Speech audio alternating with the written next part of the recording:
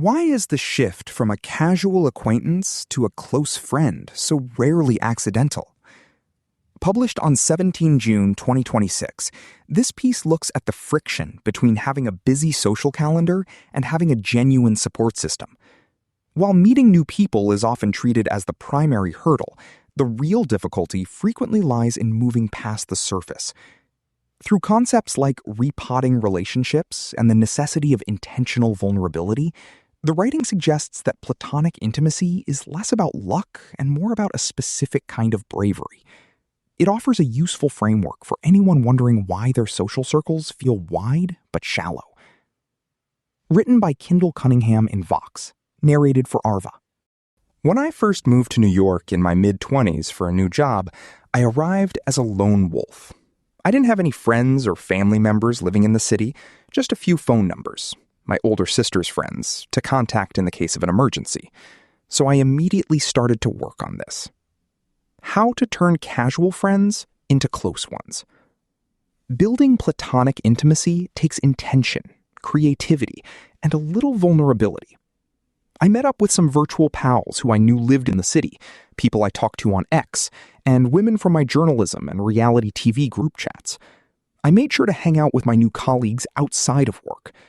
I even kept in touch with a potential roommate I didn't end up living with. Then came a terrifying realization after about a year and a half in. While I had fully mastered the art of putting myself out there, I hadn't formed that many close bonds. I had no problem initiating hangouts and showing up to whatever gatherings I was invited to, but I realized a lot of these new friends didn't know me that well, and vice versa. Many of our conversations stayed at a surface level. How's work going? Did you watch the latest Vanderpump Rules? People I hung out with regularly still didn't know crucial parts of my lore, and I was shy about asking people more about their own history. Subconsciously, I was making the same mistake that Jamie Krems, an associate professor of social psychology at UCLA, says a lot of people make when forging new connections. We have this error in our heads, this bias in the direction of people don't like us as much as we want them to, Krems tells Vox. That's just not true, and it keeps us from being close to people. Insecurities aren't the only thing that can inhibit closeness. In adulthood, we naturally have less time to spend nurturing friendships due to our jobs, families, and other obligations. Relationship psychologist Marisa G. Franco tells Vox that adults are often less vulnerable when making friends compared to when we were children.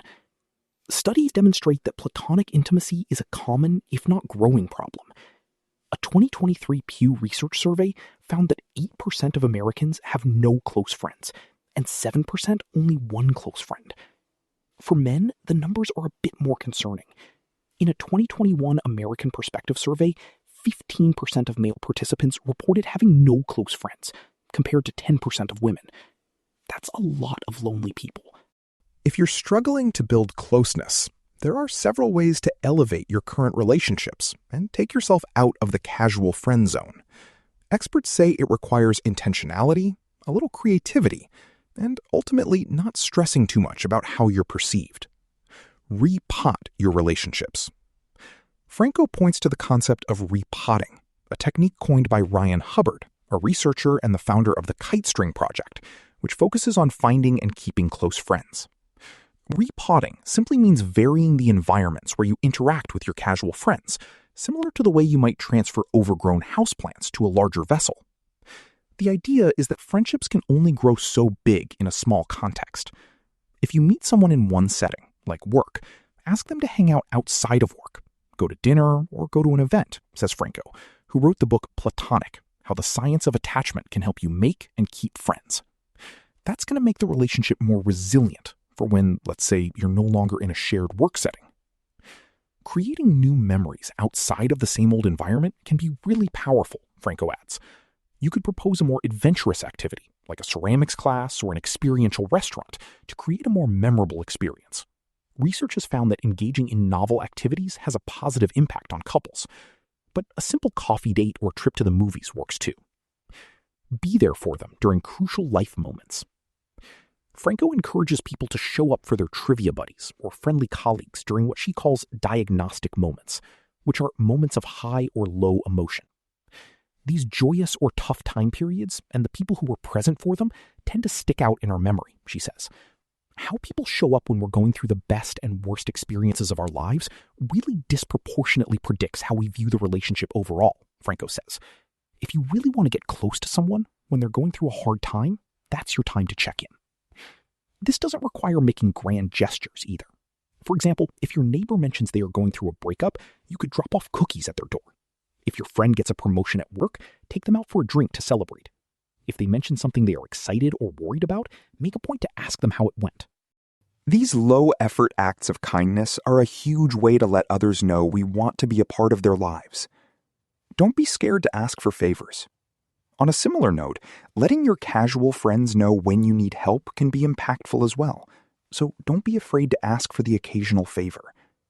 Krem says that across small-scale societies, feelings of closeness that are characteristic of friendship get ratcheted up over time through giving gifts and favors.